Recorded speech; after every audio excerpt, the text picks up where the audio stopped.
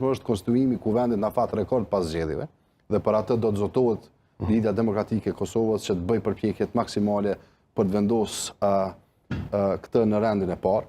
Pastaj duhet të kujdesemi për qeverinë, pra të kemi qeveri, mos shkoj vendi në një periudha të gjata pa qeveri.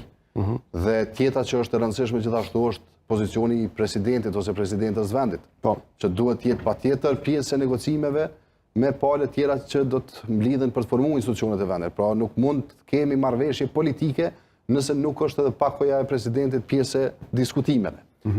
Aspektin tjetër që nuk e shoh që e flasim shumë është një shumicë e madhe e institucioneve të vendit janë me ushtrues të detyrës.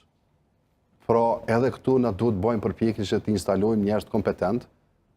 Për shembull prokurorin e shtetit e kem me UD. Zyrën e taksave, administratës e kem pas gjithashtu të tillë, dogana ku diun, pra duhet bëhen përpjekje maksimale për të vendosur legitimitet në këto institucione që mos zhagitim procese. Shtylla e dytë, shtylla zhvillimore e vendit.